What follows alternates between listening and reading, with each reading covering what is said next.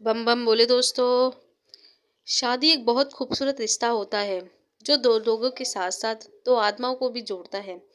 क्या हो जब यह रिश्ता सिर्फ एक इंसान की खामोशी पर चल रहा हो, दूसरे आदमी या औरत को इस शादी से जैसे रिश्तों को बस घर में पड़े किसी सामान जैसा समझने लगे।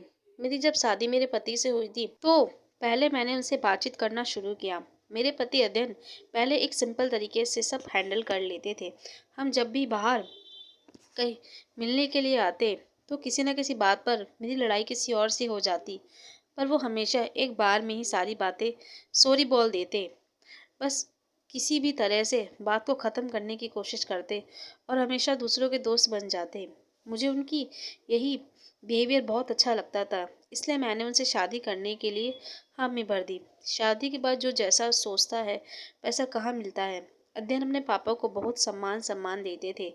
मैं भी उनके कहने पर वो सब चीज़ें करती जो मैंने कभी भी अपने मायके में नहीं की थी। और वहीं मेरी सास जैसे एक चलती फिरती मशीन थी। पापा की एक आवाज़ लगाने पर मशीन जैसे काम करती थी। मैंने शादी के अगले दिन ही किचन में जाने के लिए मुझे अध्ययन ने बोल दिया और अपनी खाने की पसंदीदा चीज़ों बनाने के लिए कह दिया।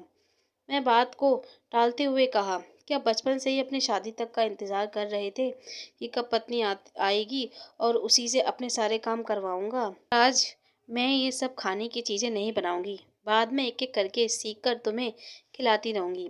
मैंने उस दिन सूजी का हलवा बनाया था, लेकिन मेरे ससुर और पति को पसंद नहीं आया। उन्होंने मेरी सासू माँ से मुझे सीखने के लिए कह दिया। मैंने उदासी मन से हाँ कर और अपनी सास से सारे खाना बनाना सीख लिया। मेरे सास भले ही मेरी सास माँ जैसी थी, पर पति का डंडा इतना टाइट था कि वह हमेशा बात ही नहीं करती थी। मैं जब भी उनसे बात करने बैठती तो कभी बातों को टाल देती तो कभी ससुर के बारे में बात करती रहती। मेरे ससुर को तवे से उतरी रोटी ही खाना पसंद था, हाथ की बनी हुई। जरा सी एक मिनट भी लेट हो जाती तो वह रोटी किसी खाने लायक नहीं रहती। सब बटने सिल बटने से पीसी हुई चटनी रोज उन्हें चाहिए थी। मेरी सास ही उनके लिए ये सब करती थी। खैर मैं अभी अभी इतनी परेशान तो नहीं थी क्योंकि मेरी सास यह सब काम संभाल लेती थी। अध्ययन बिल्कुल अपने पापा जैसे बनने की कोशिश करता था। वह अपने पहनने के कपड़े तक मुझसे मांगता था। हर बार की तरह इस बार भी वह कह रहा था कि कपड़े दो, पर उसकी यह गंदी आदतें मुझे ज़रा भी पसंद नहीं थी।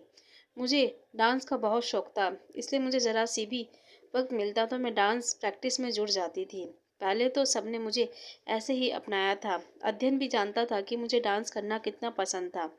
इसके बावजूद वो मुझ पर रोक लगाता था। मैं आज की दौर की लड़की थी, पर इस घर में आकर जैसे मुझसे सब कुछ छीन लिया गया था। मुझे पता तक नहीं चला। अभी कुछ समय पहले ही मेरी नंद को डिलीवरी होने वाली थी, इसलिए मेरी सास को उनके घर जाना पड़ा।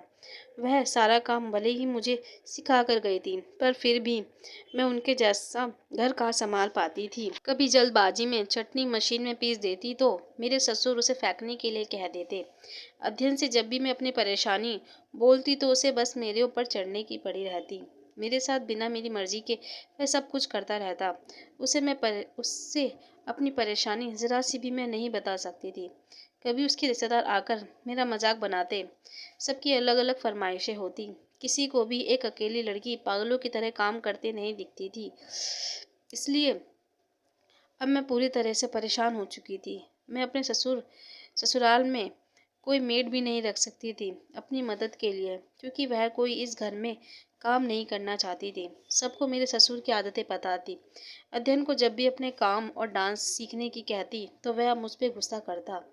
अब वो मुझे इस घर में एक सामान समझने लगा था। मैं ऐसे ही रोज रोज मरने लगी थी। ऊपर से अध्ययन हर बार मुझे टेस्ट करने के लिए कहता। हर बार ना की उम्मीद मिलती तो मुझ में ही कमी बताने लगता।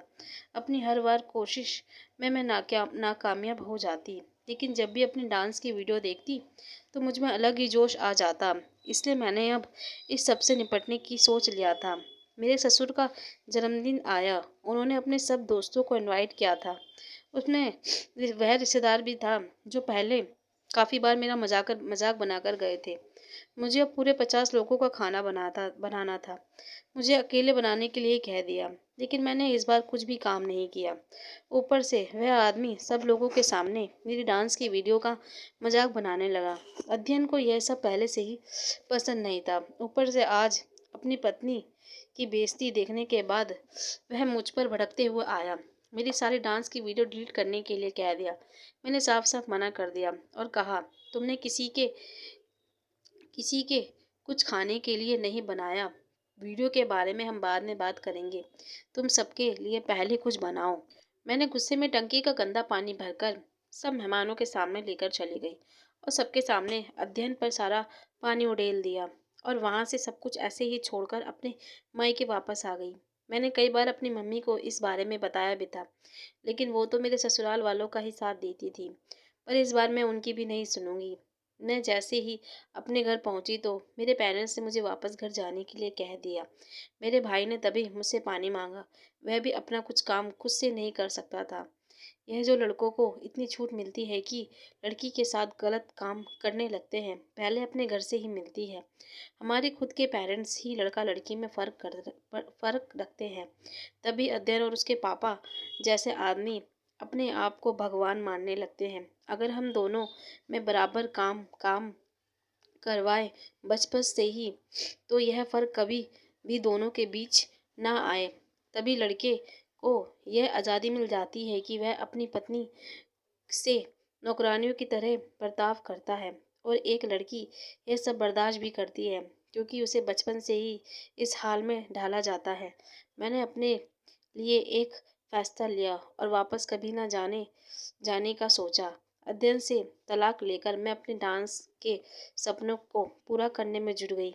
अध्ययन ने दूसरी शादी की थी, लेकिन हर लड़की सहन नहीं करती। उसने दोनों बाप बेटों को जेल में डलवा दिया और बड़े दहेज लेने का आरोप लगाया। वह दोनों अब जेल में हैं। शायद उन्हें अब थोड़ी अकल आ जाए। अगर आप मेरे चैनल पर नए हो तो प्लीज़ मेरे चैनल को सब्सक्राइब कर लीजिएगा और कमेंट करके बताइएगा कि मेरी कहानी कैसी लगी। मैं नीता आपसे विदा लेती हूँ, फिर मिलूंगी अगली कहानी में। इसी तरह मेरी कहानी से जुड़े रहिएगा। धन्यवाद।